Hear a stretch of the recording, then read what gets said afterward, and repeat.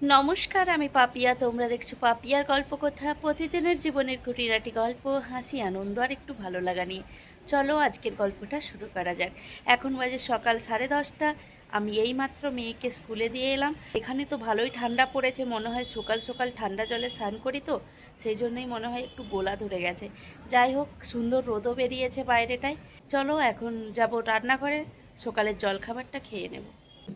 সকলেরই সকালের জলখাবার খাওয়া হয়ে গেছে, আর এখনও আমার খাওয়া হয়নি। এই যে চিকেন নাগেটসগুলো ছিল, আর আমি ভাবলাম চলো এটাই একটু এয়ার ফ্রায়ারে দিয়ে নিই আর এটাই খেয়ে নেবো আজকে, কেন কি এটা অনেক দিন ধরে আছে তো এটা হতে সময় লাগবে।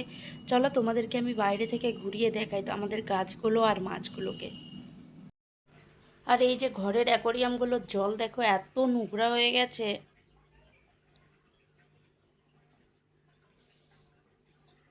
দেখেছো এই মাছগুলো কত ছোট নিয়ে এসেছিলাম আর কত বড় হয়ে গেছে দেখো। এখানে না মেল ফিমেল আছে, তো আমরা তাই জন্য দুটোকে একসাথেই রেখেছি, আর এখানে একটা ফিমেল আছে। এই যে দেখো তোমাদের দাদা ভাই আবার কেমন ফিল্টার তৈরি করেছে ঘরে। আর এই দেখো এর ভিতরে আছে আমাদের বড় গাড় দুটো, এখন বেরোচ্ছে না। এই ফিল্টারটা অন করা আছে না, এখানে অনেক ছোট মাছও আছে সেই জন্য বেরাচ্ছে না। তারও আমি ফিল্টারটা একবার বন্ধ করি। এই দেখো লাল আর কালোটা কোথায় কি জানে, আর ছোট ছোট কত মাছ দেখতে পাচ্ছ, এটা ওদের খাওয়ার জন্য ছেড়েছে। এই দেখো উঠছে। আর সুন্দর করে রিপোর্ট করতে গাছগুলো কত ভালো হচ্ছে। আর এখানেও এগুলো সময় লাগবে, কেন কি একদম খারাপ হয়ে গেছিলো তো, একটু সময় লাগবে। আর বাইরে তোমাদের গেঁদা গাছে কেমন ফুল হয়েছে, চলে এসো দেখাবো তোমাদেরকে। এই গাছগুলো তো বরাবরই ভালোই আছে। আর এই যে দেখো কত বড় হয়ে গেছে এই গাছটা। গাছ ভালো লাগে কিন্তু প্রচুর কষ্টও করতে হয়। আর এই যে দেখো গেঁদা গাছগুলোই প্রচুর ফুল হয়েছে। এটা কিন্তু এই লালটা বেশি বড় হয় না, কিন্তু এই দুটো না অনেক বড় বড় হয়। আর এই যে দেখো আমরা সবজি লাগিয়ে দিয়েছি, আর মেথি শাকও কিন্তু অনেক বড়ই হয়ে গেছে। এই দেখো এই ফুলটা হয়েছে।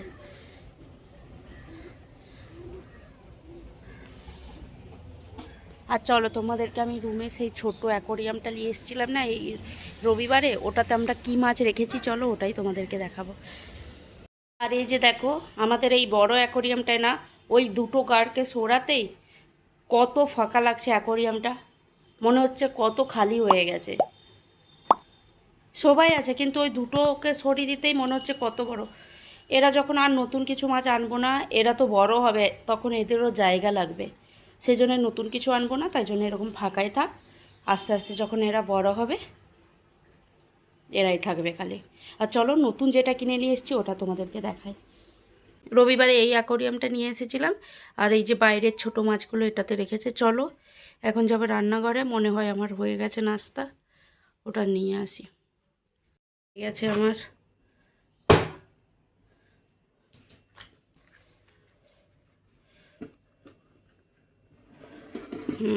সুন্দর হয়ে গেছে দেখো।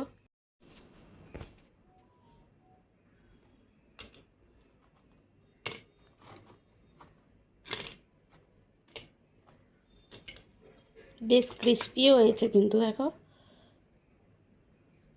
জলখাবার রেডি, চলো এখন গিয়ে জলখাবারটা খেয়ে নিই।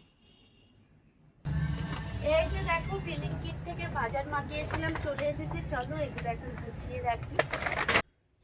এই যে মেয়োনিজ মাগিয়েছিলাম, তেল, আর এটা সুজি। চলো এখন এগুলো গুছিয়ে রাখি। বাজার গুছিয়ে চলে এসেছি, আর রোদে বসে বসে ভাবলাম চলো মটরশুঁটিগুলো ছাড়িয়ে রাখি। বাজার থেকে কিনে নিয়ে এসেছি, এগুলো ছাড়িয়ে রাখি, কিছু না কিছু রান্না করা যাবে। মেয়েকে স্কুল থেকে নিয়ে চলে এসেছে, আর এখন বেরিয়ে পড়েছি পিসিদের ঘরে যাওয়ার জন্য। আজকে পিসিদের ঘরেই দুপুরে নিমন্ত্রণ আছে, ওখানেই খাওয়া দাওয়া করবো। রেডি হয়ে গেছি। আর এই যে পিসিদের ঘর যাওয়ার আগে ভাবলাম একটু মিষ্টি নিয়ে নিই, তাই জন্য এখন গুড়ের রসগোল্লা উঠেছে, গুড়ের রসগোল্লা নিয়ে নিলাম। চলো এখন যাওয়া যাক, অনেকটাই দেরি হয়ে গেছে। এই যে দেখো পিসিদের ঘরে চলে এসেছি, আর এই যে ঠাকুমা সবাইকে খেতে দিচ্ছে। আর ঠাকুমা এটা অনেক ভালো পারে পরিবেশন, সেই জন্য তাকেই দায়িত্বটা সবসময় দেওয়া হয়। আর এই যে সবাই খেতে বসে পড়েছে দেখো,